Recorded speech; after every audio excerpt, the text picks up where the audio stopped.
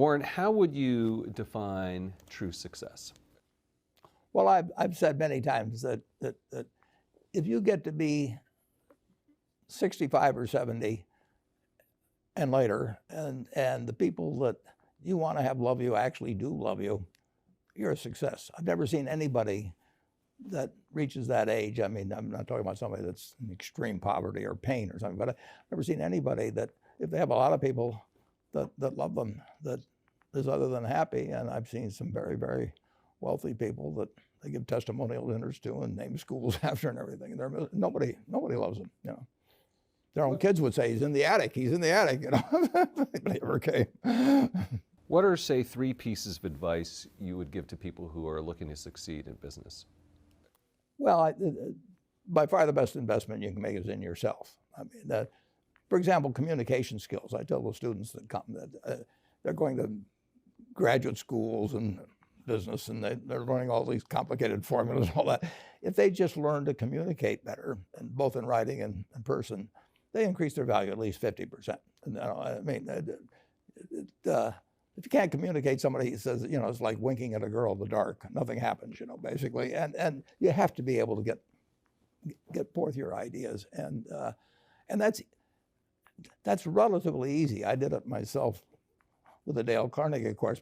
Some people wish I'd taken a shorter course now in terms of my talking later on, but it's just hugely important. And if you invest in yourself, nobody can take it away from you. I mean, the second thing, which I'll get a certain criticism for not living it, but I do tell those students, you know, that if I gave you a car and it'd be the only car you get in the rest of your life, you take care of it like you can't believe. Any scratch, you'd fix that moment. You read the owner's manual, you keep a garage and do all these things. And you get exactly one mind and one body in this world. And you can't start taking care of it when you're 50. By that time, you'll have rusted out if you haven't done anything. So you should really make sure that you just remember that you just got one mind and body to get through life with and to do the most with it.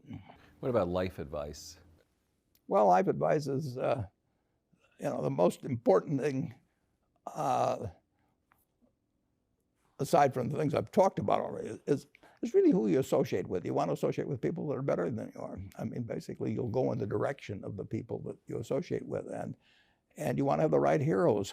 You want people, if you want to emulate somebody, you better pick very carefully who you want to emulate. And when obviously you can't pick your parents. They're going to have an enormous influence on you, but you don't get a choice on that. But you get choices as you go down the line, and who you admire, who you want to copy, and the most important for most people in terms of that decision is their spouse. It's also important in terms of a partner in business, but the partner in life is the most important one. You want to pick a spouse that's better than you are, and then he or she, and you hope they don't figure it out too fast. Great. Biggest mistakes people make when investing? Well, they try to, they just don't realize that all you have to do is just buy a cross-section of America and then never listen to people like me or read the papers or do anything subsequently. They think that because you can trade, you should trade. You buy a farm, you buy an apartment house, you can't resell it tomorrow, and you know the cost of moving around. Now you get something handed to you, liquidity, you know, which is instant. You can sell, and the cost of doing it are pennies, you know, compared to other kinds of investment activity. So because they can so easily move around, they do move around, and moving around is not smarter than investing. You have a pretty cool morning routine regarding what you have for breakfast and how prosperous you feel. What is that? Well, I now actually send somebody over to McDonald's usually to get me something. Since the publicity I got from earlier describing my habits at McDonald's, I now have somebody go in the office, but that was more for entertainment value. I actually eat exactly what I like to eat. If I liked it on my 6th birthday, at my 6th birthday party when we had hot dogs and hamburgers and Coke and ice cream with chocolate, I still like it. And I don't care about anything subsequently. I discovered it all by the time I was 6. if somebody offered me a deal when I was 20 and said, you're going to live 1 year longer, instead of living to 88, you'll live to 89 or whatever it may be, if you eat nothing but broccoli and Brussels sprouts and onions and all these things. I just said, I'll take the last year off. It probably won't be that good anyway. I mean, so I eat what I like to eat. I'm not venturesome in that area. I like how you lumped in onions with broccoli and Brussels sprouts. Never heard that before. I just don't happen to like onions, but no, I don't put them in the same category. Okay. You and George H.W. Bush, I think. Is business school worth it? Depends on the person, much more than it depends on the school. I mean, I wouldn't worry. Some people are going to get a lot out of advanced education, and some people are going to get very little. And I don't even think it's important that every person go to college at all. I mean, we have all kinds of jobs at 70 or so thousand a year, or 80,000 a year, that college training is not of use. And I actually was not keen on going to college myself. Yeah, my dad kind of jollied me into it. He could get me to do anything. But if they'd had an SAT test in those days, he would have taken the test for me. but because I knew I could have a good time, and I liked investing, and I didn't really feel I could read the books.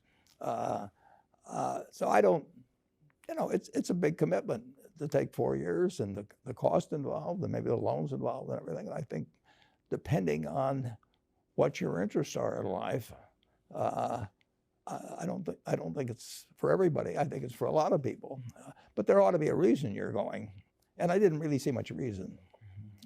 All right, last question. So lightning rounds. There's a few. Do you ever drink water? Only under duress. What is your favorite all-time song, Warren? It's undoubtedly, it's My Way. What about movie? Favorite movie? Well, I like The Bridge on the River Kwai because of there were a lot of lessons in that. Plus, it was enormously fascinating. Catchy tune also. Pardon me? Catchy tune also. Yeah, Right. very. Right. But the ending of that was sort of the story of life. He created the railroad, and did he really want the enemy to come in across it? Got it. Favorite book?